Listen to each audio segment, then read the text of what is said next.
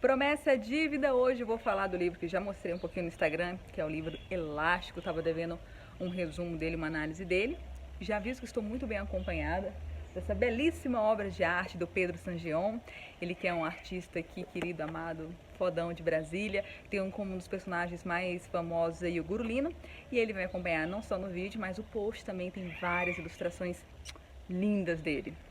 Então vamos lá, falar do livro. Esse é o terceiro livro do Leonard Modlov. Ele que também escreveu outros dois livros que eu amo de paixão, que é O Andar do Bêbado e Subliminar. Apesar do subtítulo dele, o principal tema dele, né, sobre ser como o pensamento flexível pode mudar nossas vidas, às vezes pode parecer um livro de autoajuda, mas aqui não tem nada aquelas frases de efeito, nem nada, não. Tem muito ciência. Tanto que boa parte do livro, o comecinho do livro aqui, é basicamente uma explicação científica de como funciona o nosso cérebro, né?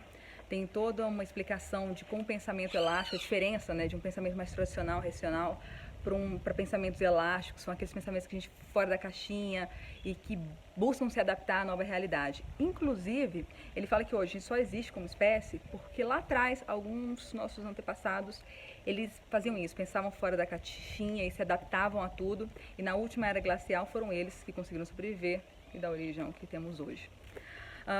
Numa boa parte do livro também ele vai explicando exatamente as duas partes, né, um hemisfério do cérebro que cuida de uma parte mais racional, mais lógica, mais dura assim, e a parte mais flexível, criativa, que é essa parte que ele chama, né, que tem a origem do pensamento flexível. São partes bem legais que eles vão dando exemplos, né, de como esse pensamento é criado, em que parte do cérebro. É uma área, assim, são trechozinhos para quem gosta muito de ciência, eu acho bem interessante. Em seguida, ali no meio, tem um capítulo que é Pensar quando não se está pensando. Ele vai falar de toda a importância do tempo para o ócio, do tempo para fazer nada, porque você continua conectando ideias mesmo quando você não está fazendo nada, e principalmente, aliás, quando você não está fazendo nada. Tanto que ele fala que várias ideias surgem quando a pessoa relaxa, quando ela baixa os filtros, baixa a tensão. É uma das formas de você ser criativo, é essa, né? E um dos trechos que eu acho belíssimo, eu sublinhei, coloquei lá no post, fala sobre isso, sobre o modo default, que é esse modo quando o cérebro começa a agir numa outra camada, né, que não é muito perceptível, mas aí vem com uma ideia, assim, um insight, assim, são as origens do insight, né, são essas. E uma outra parte, a parte que eu acho também que as pessoas estão mais querendo mesmo, as pessoas têm mais interesse, depois de toda essa explicação, é essa aqui, Libertando o Seu Cérebro, que ele vai falar das várias maneiras de você cultivar esse pensamento flexível, que ele fala, né, assim, salvou a gente na época da mudança glacial, mas é o que vai salvar a gente no mundo atual, com mudanças tão rápidas, com mudanças tão assim, urgentes e com uma nova realidade, que se não tiver um pensamento mais que crie, que seja original, não adianta muita coisa, né? Porque esse pensamento mais lógico, mais racional, muitas vezes, a própria automatização vai substituir quem só tem esse tipo de pensamento, né? Vamos flexibilizar nossos pensamentos. E ele vai dando alguns exemplos de como é feito isso. Um deles é um dos exemplos que eu mais dou no blog, um dos posts, temas constantes dos meus posts, que é meditação, que me ajuda tanto no nível pessoal, mas também profissional. E ele vai abordar vários assuntos da meditação, inclusive lá no blog eu abro um linkzinho para quem quiser estudar mais sobre o assunto, tem vários posts no blog sobre meditação para iniciantes. E outras formas que abaixam essa resistência ao novo, né, é você criar muito. E ele dá um exemplo, por exemplo, né?